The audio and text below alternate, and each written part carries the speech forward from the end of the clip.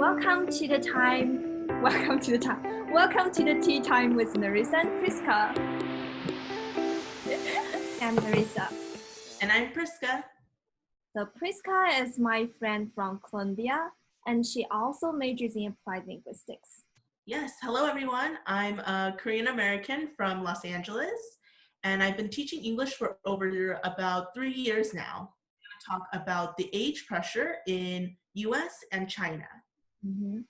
好，今天呢，我们要跟 Prisca 一起来谈一谈关于年龄焦虑的问题。因为大家都知道，最近有一部电视剧叫做《30而已》，非常的火爆。它里面就在讨论，是不是女性到了30岁之后，整个人生就会需要 settle down， 需要安定下来。那我们来听一听，作为美国人的 Prisca 是怎么理解这件事情的。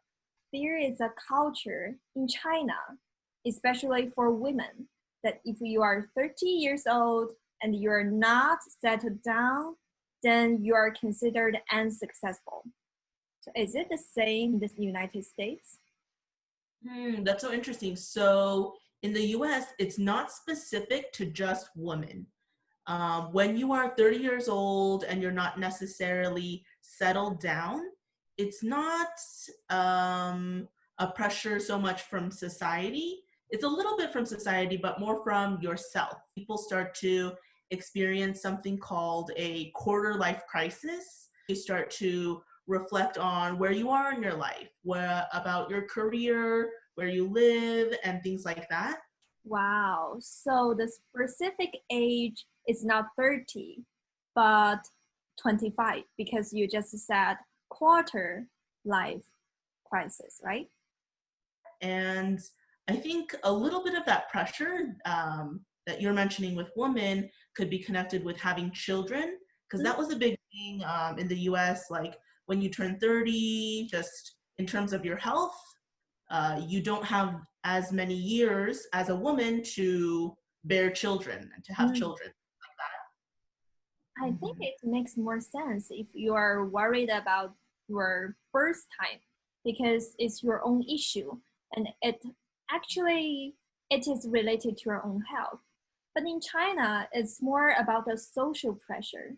It's like the society thinks you're supposed to be married, and no one knows why. Because if you're considered about your birth for your children, then it makes sense. But why marriage? Yeah, I don't really understand it. And it's not like that in the United States about your marriage time, which concerns age, right? Right. Yeah. So there's definitely a little bit of a difference there culturally regarding that. Very interesting. So now let's look at some new terms about age pressure we just talked about. Great. So the first term we have is quarter life crisis, which I mentioned before.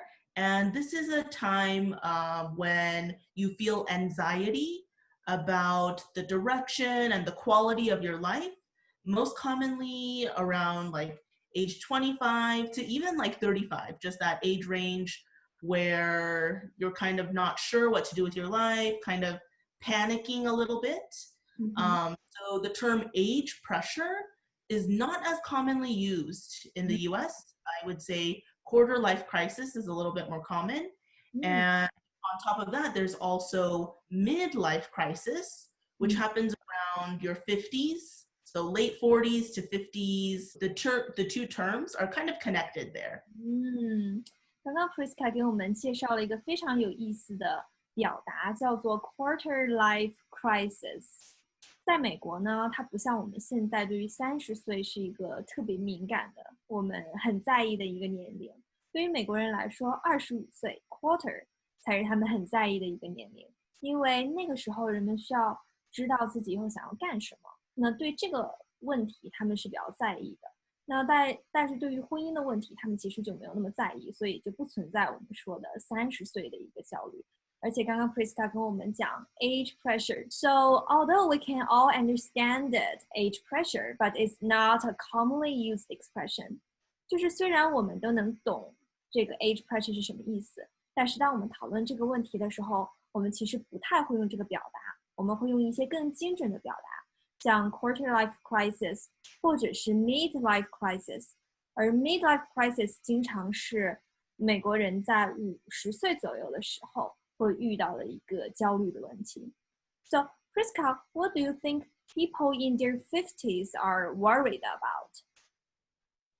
People in their 50s, it's less about worrying, but more freaking out that you're growing old too quickly and losing your youth. So, especially in TV and on movies, they will show for a midlife crisis, like an old man buying like a sports car or buying like a beach house. So something that will remind them that they can still act young and still have fun, things like that. Wow, it's so interesting. So people are afraid of their not being young anymore. So that's their crisis. Because we also have midlife crisis in China, and people are like, they are afraid of they cannot afford their children's education. They cannot afford their parents' fee for everything. They cannot look after them. So it's different, right?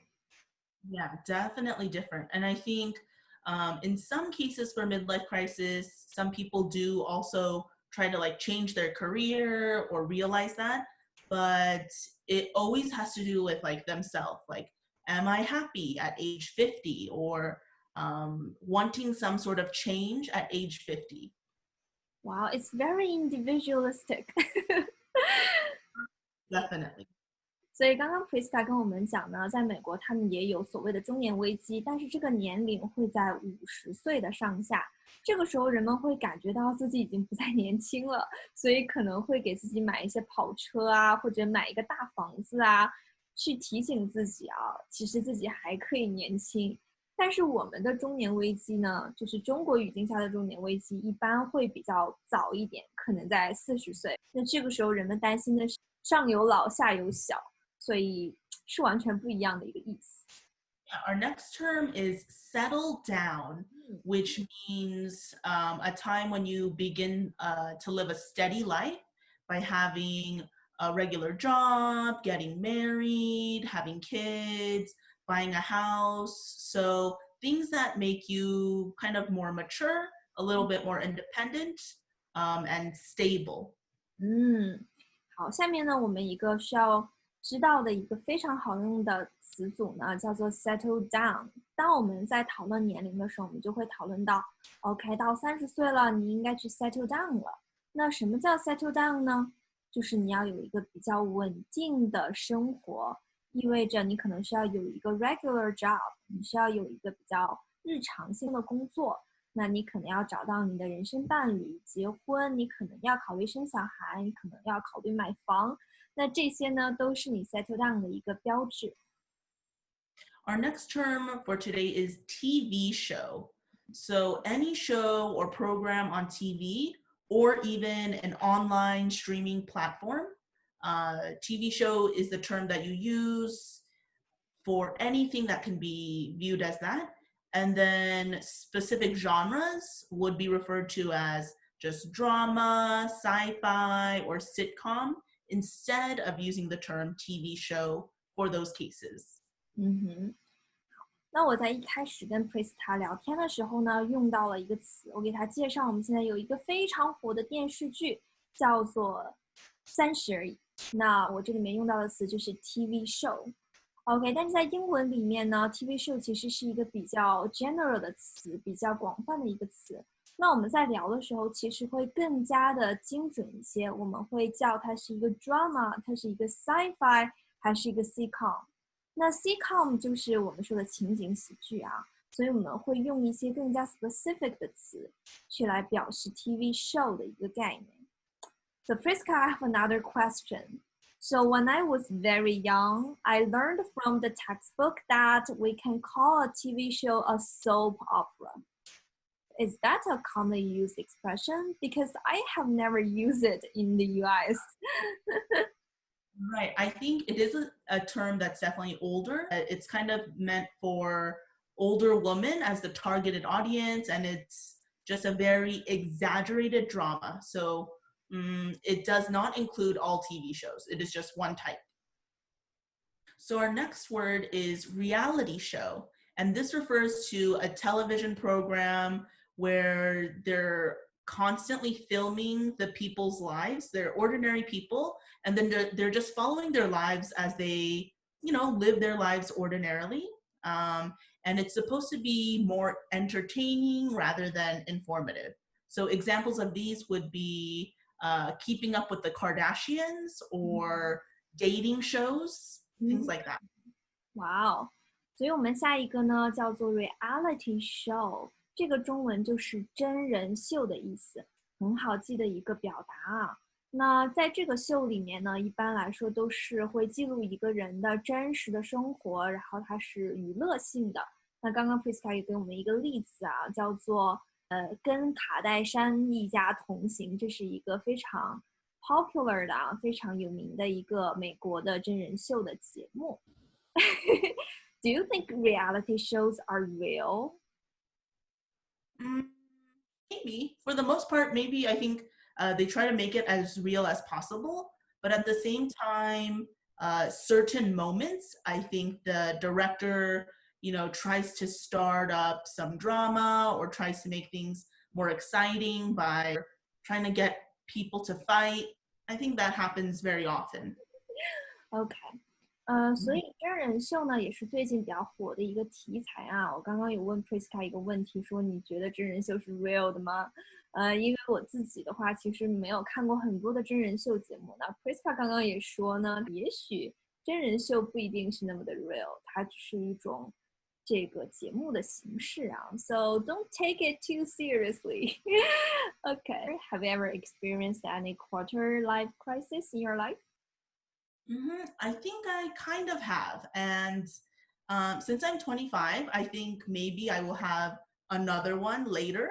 But after college, I worked for about 2 years before applying to some PhD programs. And I think I applied to about 6 schools. And I only got into one of them. And the one I got into did not give me enough scholarship or funding.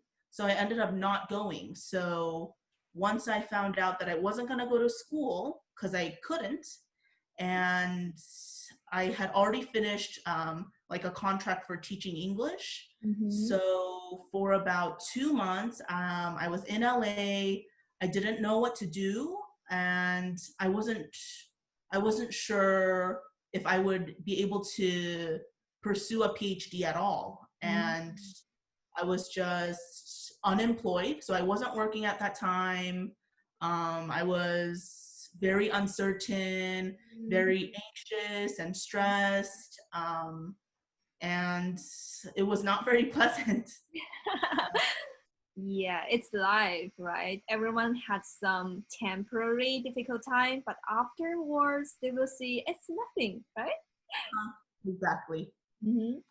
好的，那我们今天呢，很开心的跟 Prisca 一起聊了关于 age pressure 的一些话题哈。那我们有讲到一些非常有用的搭配，比如说美国人是不太会在意30岁这个年龄的，他们更多的是有 quarter life crisis， 就是25岁的时候可能会不知道你的未来怎么走，所以他们会有一点 anxious。那当你50岁左右的时候，那他们可能会经历midlife crisis。就害怕自己快要老去的这个事实，所以还是非常有意思的。那我们也同样讨论了关于 TV show， 我们在英文当中会怎么讲啊？我们一般会把它更加的细致化，它到底是一个剧情类的呢，还是一个科技类的呢，还是一个情景喜剧类的？ Yes, we hope that you learned something new today. And next time we're going to talk about another pressure, financial pressure.